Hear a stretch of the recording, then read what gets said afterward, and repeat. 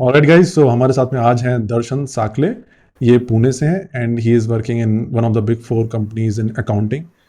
और इन्होंने रिसेंटली हमारी कम्युनिटी ज्वाइन की। काफ़ी इनको अच्छा लग रहा है। 21 day challenge, consistency master challenge complete किया and he has got some changes in his life. Discuss करते हैं उन चेंजेस के बारे में और उनसे कुछ सीखने की कोशिश करते हैं। इन कॉल्स का जो मतलब होता है, दूसरों से बात करते टाइम भी बहुत सारी चीज़ें आप सीख सकते हो। उनसे बात करते टाइम मैं आपको बहुत सारी चीज़ें सिखा सकता हूँ। तो that is the purpose of these calls. So welcome Darshan साकले and congratulations for completing the 21-day consistency master challenge.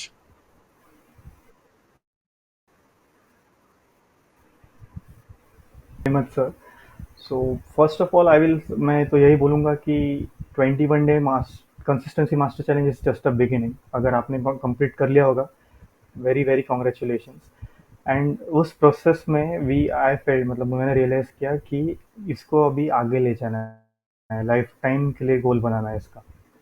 सो जो चेंजेस जो माइंड्स में बताए थे वो डेफिनेटली मुझ में आए। स्पेशली जो प्रोसेस फोकस्ड माइंडसेट था, वो उसने मुझे बहुत हेल्प किया। बिकॉज पहले ऐसे होता था कि कोई भी काम अगर मैं करता हूँ और अगर उसमें कुछ डिस्टर्बेंस आ गया और which is outside of my control, तो उसकी वजह से मैं उसको अननोइंगली बंद ही कर देता था या फिर बहुत बड़ा गैप हो जाता था।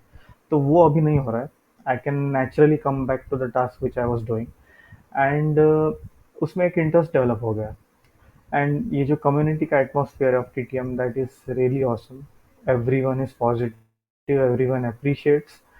सो यही I would like to say that keep on working and keep helping each other in all possible ways. And ये चैलेंजेस माइंड्स कंप्लीट करते थे। And ultimate goal is to develop Buddha mindset challenge like Dhoni and get successful in all walks of life as possible. अच्छा, जो बता रहे थे That's कि कुछ डिस्टरबेंसेस आपको कोई अगर कर दे बीच में या फिर एक्सटर्नल डिस्टरबेंसेस हो जाए, वो एक्सटर्नल डिस्टरबेंसेस किस किस तरह के आपको आप पहले नोटिस करते थे, mhm. जिनसे आप एक्चुअली प्रोक्रेस्टिनेट कर देते थे? So for example. Right, so like मैं वर्किंग प्रोफेशनल हूँ, तो जॉब में working hours are not fixed, specially in corporate.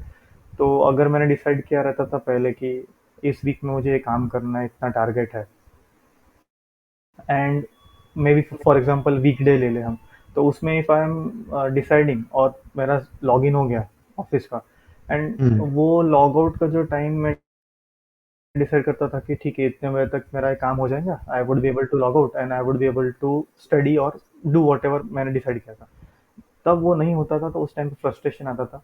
अरे इसमें ही हम अभी तक फंसे हैं, बाद में अभी लेट नाइट हो रहा है तो इसको कब करेंगे। या फिर तब होता था कि ऐसे चांस आता था कि even if I do it, होने के बाद में लगता था ये क्या, इट्स नॉट इफेक्टिव, आधा घंटा एक घंटा करके क्या होने वाला है, वो गोल नहीं अचीव हो पाऊंगा मैं। सो ऐसे डिस्टर्बेंसेस प्लस कभी कभी बीच में तबीयत खराब होती थी, और even in this time and it's internet issues.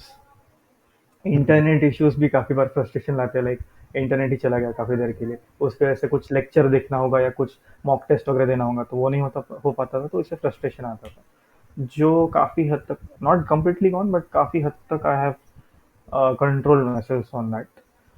सो अब आपका माइंड सेट रहता है, जैसे मान लो कि ये काइंड ऑफ सर्कमस्टेंसेस आते थे जिसकी वजह से ऑफिस में, डिस्टर्बेंस आता था। जैसे ऑफिस में जैसे अब लॉग आउट टाइम पे लेट हो रहे हैं या फिर इंटरनेट इशू आ रहा है, तो अब आपके दिमाग में क्या थॉट्स आते हैं जो कि हम्म। पहले नहीं आते थे?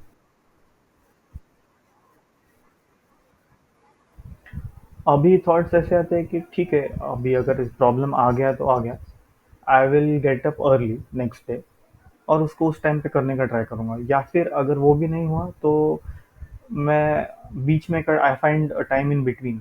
सो कभी कभी ऐसे भी होता है कि every day will not be super hectic schedule, तो अगर कोई काम कंप्लीट होने के बाद if I am getting free time, वो टाइम में यूटिलाइज करता हूँ तो जो मेरा गोल है उसको करने के लिए and all the thing.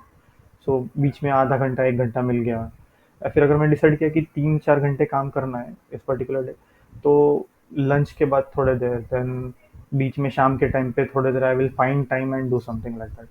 And उसमें भी अगर वो इफेक्टिवली भी नहीं हो रहा होगा उतना जितना एक्सपेक्ट किया, मैं उस पर रिजल्ट पे फोकस नहीं करूंगा, just I will do consistently. Great. And बाकी टाइम अगर वीकेंड्स को अगर तो टाइम मिलता है तो उस time I will use maximum of that.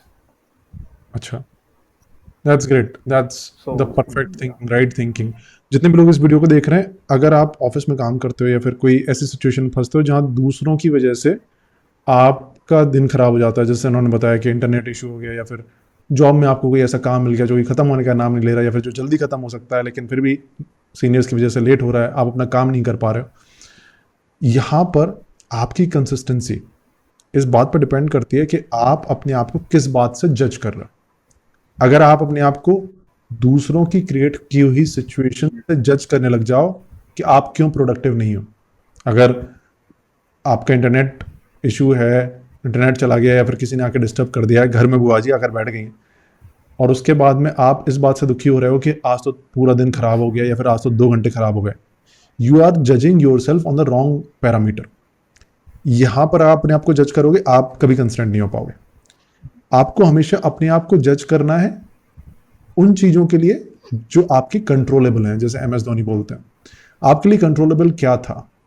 मान लो 2 घंटे इंटरनेट गया, उस टाइम पे आप काम नहीं कर पा रहे। 2 घंटे के बाद में जब इंटरनेट आया, भले ही अब रात के 9:30 बज गए, आप 11 बजे सो जाते हो, आपके पास सिर्फ 1 घंटे का टाइम। उस 1 घंटे में क्या आपने अपना काम किया, दैट इज योर कंट्रोलेबल। ना कि इंटरनेट 2 घंटे के लिए गया, वो आपका कंट्रोलेबल right. है। तो जो अनकंट्रोलेबल है, डोंट जज योर सेल्फ ऑन दैट। अगर वहां जज करोगे, कंस्टेंट नहीं हो पाओगे। जो कंट्रोलेबल है वहां कोशिश करो अपने आप से काम कराने की। मान लो कि पूरा दिन आपके हाथ में नहीं था, लेकिन सिर्फ रात के 1.5 घंटे थे। 1.5 घंटे काम करने के बाद में अपने आप के बारे में ऐसे सोचो जैसे आप कोई चैंपियन हो। सेम उसी वे में जैसे मान लो कि आप पूरे दिन भर काम कर लेते हैं, Correct. क्योंकि जितना टाइम आपके पास में अवेलेबल था, जो आपको कंट्रोलेबल था, आपने वो मेक श्योर किया कि ये हो जाए। हाँ जी, प्लीज कंटिन्यू। Right. वही सर, वैसे है। एंड ओवरऑल जो एटमॉस्फेयर है कम्युनिटी का, उसने मुझे काफ़ी हेल्प किया है। लाइक बिकॉज वो जो बोलते हैं ना कि if you keep yourself surrounded with like minded people जिनका गोल एक कॉमन है, maybe objectives are different but goal common है, वो भी बहुत हेल्प करता है। एग्जैक्टली। सो और इस तरह की कम्युनिटी बाहर मिलती नहीं है हमें।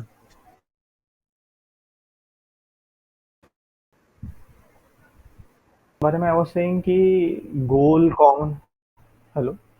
हाँ जी, हाँ जी, हाँ, बोलिए बोलिए। सो आई वाज सेइंग कि कम्युनिटी का एटमॉस्फेयर जो अच्छा है, सबका गोल कॉमन है, ऑब्जेक्टिव भले डिफरेंट हो, तो वो भी हेल्प करता है। बिकॉज जैसे बोलते कि if we are surrounding with the right surrounded with the right people, like minded people, तो वो एक इम्पैक्ट डालता ही है।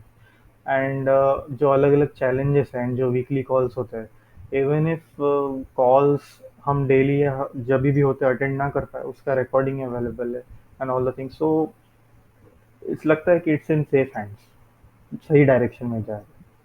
कभी ऐसे फील नहीं होता है कि डेविएट हो रहा है। एंड जैसे आज के ही कॉल में बताया था कि लोग छोड़ने नहीं देते, तो अगर कोई जोन आउट हो भी रहा होगा तो अपने आप वापस आ जाएगा नेचुरली। बाकी लोग रोक लेंगे उसे। That's the big thing. ठीक है। All right right. Darshan, it was nice meeting you.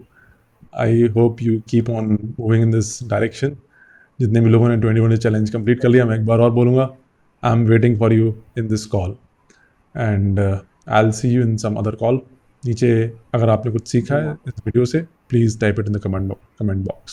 C you.